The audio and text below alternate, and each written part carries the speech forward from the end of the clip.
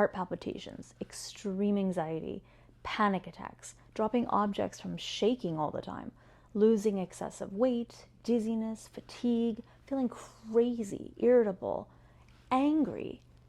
I seriously thought I was losing it. I thought I was the invincible superwoman who could handle it all. By my early 30s, I was doing it all. Performing in several countries, managing a franchise business, raising 2 children, struggling in an unhappy marriage, and basically pushing myself beyond my limitations until I made myself sick.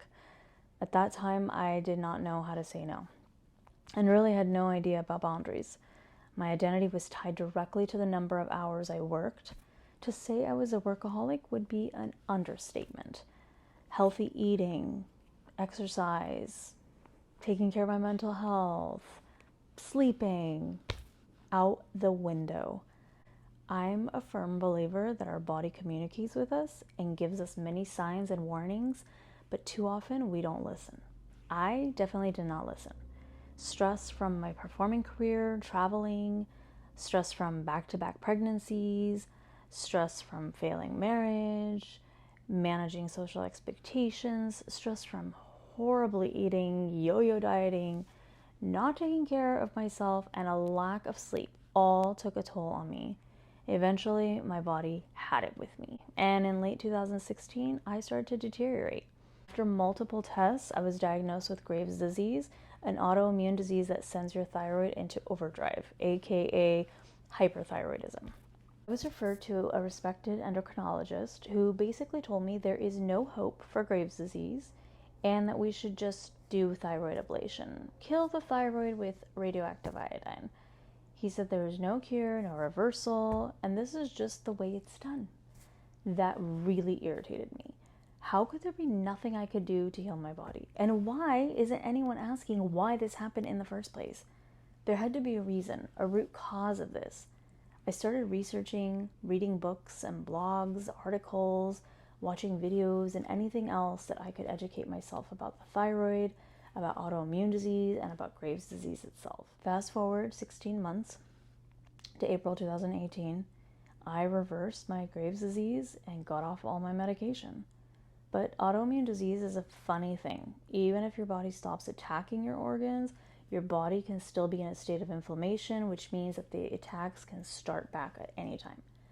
I think of autoimmune disease like it's hanging out in your body until you really make it angry enough with your unmanaged physical and mental stress. Once it gets angry, it starts to attack you.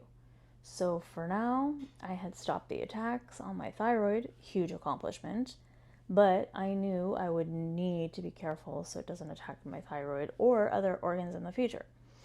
For about 4.5 years, I had 0 symptoms and didn't have to be on any thyroid medications. Unfortunately, fall of 2022 proved to be one of the most stressful years of my life, which led me to a breaking point, resulting in a total breakdown.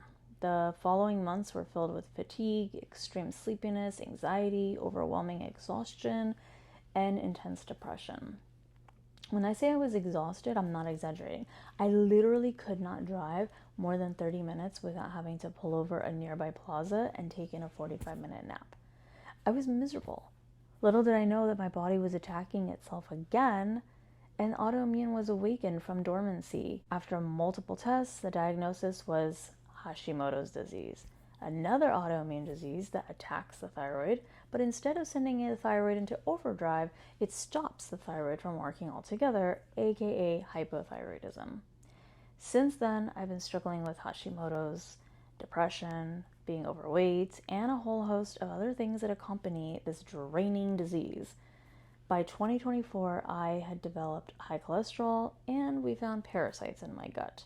With Graves', I had enough energy and motivation to help myself. But with Hashimoto's, I was so exhausted, I couldn't do anything. I had no energy to take care of anything. It is now 2025, and I finally have the energy, the courage, and the motivation to do something about my health. And this time, I want to document my journey, share my story, and support and motivate others going through the same thing. So many women are going through what I've been through, and there isn't much out there to help us.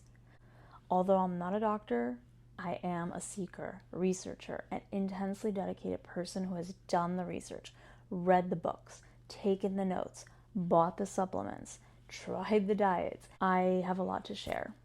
And I hope you will subscribe to my online platforms so that I have the opportunity to share my story with you.